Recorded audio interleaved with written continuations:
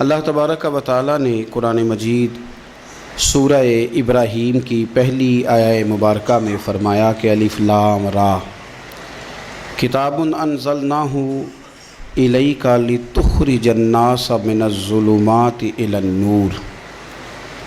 فرمایا اے محبوب علیہ السلام، یہ کتاب ہم نے آپ پر نازل کی ہے تاکہ آپ لوگوں کو اندھیروں سے نور کی طرف لے جائیں، تاکہ آپ لوگوں کو اندھیروں سے نکال کے نور عطا فرما دیں، بِإِذْنِ رَبِّهِمْ إِلَى صِرَاط، اور اپنے رب کے حکم سے اپنے رب کے رستے کی طرف لوگوں کو لے جائیں۔ العزیز الحمید، وہ رب جو بڑا غالب بھی ہے اور جو حمد کیا گیا ہے، جس کی حمد کی جاتی ہے، اس کے رستے کی طرف آپ لوگوں کو لے جائیں۔ من الظلمات الی النور، لوگوں کو اندھیروں سے نکالیں اور ظلمات سے نکال کے انہیں نور دیں۔ ہمارے مفسرین کرام نے یہاں لکھا ہے کہ یہ دیکھ لیں کہ قرآن مجید نے ظلمات، اندھیرے جب بیان کیے تو جمع کا صیغہ استعمال کیا، اور جب الی النور کہا تو واحد کا صیغہ استعمال کیا۔ ظلمات زیادہ ہیں اور نور ایک ہے، اندھیرے زیادہ ہیں اور روشنی ایک ہے۔ معنی کیا ہے کہ کائنات میں جتنے بھی اندھیرے ہیں ان سب سے دور کرنے والی روشنی ایک ہی ہے جو مدینے والے رسول کے پاس موجود ہے، جو نبی پاک صلی اللہ علیہ وسلم کی بارگاہ میں موجود ہے، جو حضور کے پاس موجود ہے۔ یہ روشنی ایک ہی ہے، اندھیرے بے شمار ہیں، کثرت سے اندھیرے ہیں۔ ایک اندھیرا کفر کا ہے، ایک اندھیرا نفاق کا ہے، ایک اندھیرا جہالت کا ہے، ایک اندھیرا غربت کا ہے، ایک اندھیرا تنہائی کا ہے، ایک اندھیرا مایوسی کا ہے۔ یہ سارے اندھیرے ہیں۔ نکلیں گے کیسے؟ جب ہم کسی اور سے روشنی نہیں لیں گے، روشنی لیں گے رسول پاک کی بارگاہ سے۔ اعلیٰ حضرت فاضل بریلوی رحمۃ اللہ تعالیٰ علیہ نے ایک بات یہاں بیان فرمائی ہے، وہ بڑی عجیب اور بڑی انوکھی ہے۔ اعلیٰ حضرت فرماتے ہیں کہیں اور سے تم روشنی لو گے نا تو یہ پہر دو پہر رہے گی، یہ جتنی چاندنی جتنی روشنی ہے یہ ڈھل جاتی ہے، ڈھل رہی ہوتی ہے۔ یہ چاند کی جو چاندنی ہے نا یہ ڈھلتی ہے، پورے عروج پہ جاتا ہے، پھر کم ہوتا ہے، پھر کم ہوتا ہے، پھر کم ہوتا ہے، پھر کم ہوتا ہے۔ فرماتے ہیں ایک روشنی ایسی ہے جو کبھی کم نہیں ہوتی، اور اس روشنی کا نام نور مصطفیٰ ہے صلی اللہ تعالی علیہ وسلم۔ فرمانے لگے ماہ مدینہ اپنی تجلی عطا کریں، ماہ مدینہ اپنی تجلی عطا کریں۔ یہ ڈھلتی چاندنی تو پہر دو پہر کی ہے، یہ جو ہمارے پاس چاند کی چاندنی ہے یہ تو ڈھل رہی ہے، پہر دو پہر رہے گی۔ اے ماہ مدینہ آپ اپنی تجلی عطا، یا رسول اللہ ایک اندھیرے سے نکلیں گے دوسرے میں گم ہو جائیں گے، دوسرے سے نکلیں گے تو پتہ نہیں کون سا رستہ ملے گا، آپ مہربانی کریں، اے ماہ مدینہ ہمیں اپنی تجلی عطا کریں، آپ اپنا کرم فرمائیں۔ اندھیرے بہت سارے ہیں، نور ایک ہی ہے، اس نور کا نام محمد مصطفیٰ ہے صلی اللہ تعالی علیہ وسلم۔ نور ایک ہے۔ میرے عزیز، آپ جتنا مرضی بھاگ لیں، جتنا مرضی دوڑ لیں، جتنی مرضی آپ ترقی کر لیں، پڑھ لیں، جو مرضی کر لیں، اندھیرے پیچھا نہیں چھوڑتے، اس لیے کہ یہ اندھیرے گہرے ہیں، ان کے مختلف روپ ہیں، ان کے مختلف رنگ ہیں، یہ مختلف طرح کے اندھیرے ہیں۔ یہ آپ کا پیچھا تب چھوڑیں گے جب آپ نور مصطفیٰ سے روشنی حاصل کریں۔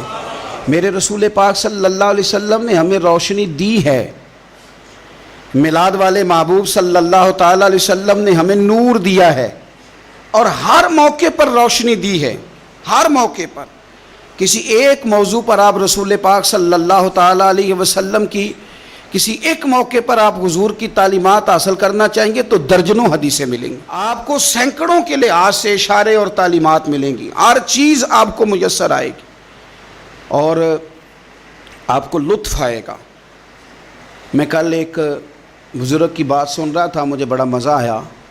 وہ حدیث پاک بیان کر رہے تھے کہ نبی پاک صلی اللہ علیہ وسلم نے فرمایا کہ میں اور یتیم کو پالنے والا قیامت کے دن اس طرح ہوں گے جس طرح یہ دو انگلیاں جڑی ہوئی ہیں۔ تو فرمانے لگے دیکھ لو، میرے نبی پاک کے لفظ بھی محفوظ ہیں اور میرے نبی کے اشارے بھی کتابوں میں محفوظ ہیں۔ یعنی حضور نے دو انگلیوں کا اشارہ کیا تھا تو ہر محدث نے وہ نوٹ کیا ہے، حضور کے اشارے تک محفوظ ہیں کتابوں میں، یعنی باقاعدہ حضور نے، وہ الگ بات ہے نا، وہ معاملہ الگ ہے کہ سورج چڑھا ہوا ہے، روشنی پھیلی ہوئی ہے، لیکن ایک بندے نے اس طرح کیا ہے کہ پچھلے کمرے میں سویا ہے. اب چونکہ اس کا سونے کا ارادہ ہے، اسے اندھیرے سے پیار ہے، اس نے لائٹ بھی بند کر دیا ہے، دروازہ بھی بند کر دیا ہے، اور کھڑکی سے تھوڑی سی روشنی آ رہی تھی، اس کے آگے بھی پردہ کر دیا. لوگوں کو کہتا ہے روشنی کوئی نہیں، نور ہی کوئی نہیں، اندھیرا بڑا ہے. تو اسے کہیں گے بے وقوف، تو اپنی کھڑکی تو کھولنا پہلے، تو اپنا پردہ ہٹا، تو یہ دیکھ کہ تو نے خود دروازہ وہ تو آفتاب چمک رہا ہے. وَدَاعِيًا إِلَى اللَّهِ بِإِذْنِهِ وَسِرَاجًا مُنِيرًا، حضور کی نبوت کا آفتاب چمک رہا ہے. کوئی سیکھنے ہی نہیں نکلتا، ٹائم ہی کوئی نہیں، مصروفیت ہی بڑی ہے. نکاح کا ٹائم آیا تو ساری چیزیں سیکھ لیں، آداب نکاح نہیں سیکھے. قرآن و سنت نکاح کے بارے میں کیا فرماتے ہیں یہ نہیں سیکھے. سارے لوگ لگے ہوئے ہیں ڈیوٹی کرنے، شادی آ گئی، شادی آ گئی، کپڑے بنا لو، لیکن جو میاں بیوی کے حقوق تھے وہ نہیں سیکھے کسی سے جا کے. تو شادی کے چوتھے دن ہی لڑائی شروع ہو گئی. اگر یہ آداب کا انداز کا پہلے سے پتہ ہوتا تو گھر کپڑوں سے سکھی نہیں رہتا. ایک دوسرے کے ساتھ محبت ہو تو گھر سکھی رہتا ہے. تو جو اصل چیز تھی وہ سیکھی نہیں. یہی رویہ ہمارا سارے کاموں میں. محبوب نے جو ہمیں ہدایت عطا فرمائی تھی، جو روشنی دی تھی، ہم نے اس سے فائدہ نہیں لیا. اور اب میلاد شریف کا مہینہ آیا ہے، تو میلاد شریف کا مہینہ بھی آپ نے یہ محفلیں ان لوگوں کے سپرد کر دی ہیں جو اللہ خیر کرے، ہاتھ میں جن کے سپیکر ہوگا، کبھی بھاگ کے ادھر جائیں گے، کبھی دوڑ کے ادھر جائیں گے، اور وہ کہیں گے کہ ہاں میں تمہیں میلاد سنا رہا ہوں، تمہیں کیا پتا، میں بتاتا ہوں. آپ نقطے نہ بیان کریں، آپ میلاد والے رسول صلی اللہ علیہ وسلم کی سیرت کا ایک باب کھولیں. آپ بتائیں نبی پاک صلی اللہ علیہ وسلم نے بحیثیت باپ کیسے وقت گزارا ہے، بحیثیت ایک شوہر کے کیسے وقت. آپ ایک ایک چیپٹر سیرت کا کھولیں، آپ لوگوں کو تعلیم دیں، بس کریں. کروڑوں روپیہ جلسوں پہ لگتا ہے، کیا دے رہے ہیں آپ قوم کو؟ اور قوم بھی کہتی ہے بڑا چسکا آیا، بڑے نقطے سنے. کچھ آداب بھی سیکھے، اس میں سے ملا بھی. یہ محفل ہے، آج کو میلہ نہ بنائیں. میلہ اور ہوتا ہے، محفل اور ہوتی ہے. میلے میں لوگ جاتے ہیں، گھوم پھر کے آتے ہیں، کہتے ہیں پنگوڑے اچھے تھے، اس کے اندر کھلونوں کی دکانیں اچھی تھیں. میلہ ہوتا ہے اور محفل ہوتی ہے. تو محفل کو محفل بنائیں، میلہ نہ بنائیں، مہربانی فرمائے. میرے عزیز، آپ میری بات پر غور کریں گے اور اسے یاد رکھیں گے. ایک تو ہے کہ ایز اے اسپیشل میرے نبی پاک نے تعلیمات، اور ایک یہ کہ حضور ویسے کسی سے گفتگو کریں تو اللہ اسے ہدایت عطا فرما دیتا.